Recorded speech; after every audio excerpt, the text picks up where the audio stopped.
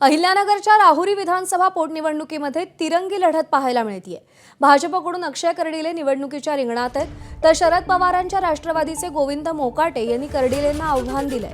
याशिवाय ठाकरेंच्या शिवसेनेचे बंडखोर अपक्ष उमेदवार रावसाहेब खेवरेही निवडणुकीच्या रिंगणात उतरलेत। या तिन्ही उमेदवारांनी आज मतदानाचा हक्क बजावला, त्यामुळे या पोटनिवडणुकीत कोण बाजी मारणार हे पाहावं लागेल। दरम्यान राहुरीत सकाळी 11 वाजेपर्यंत सरासरी 18.22% मतदान झालंय।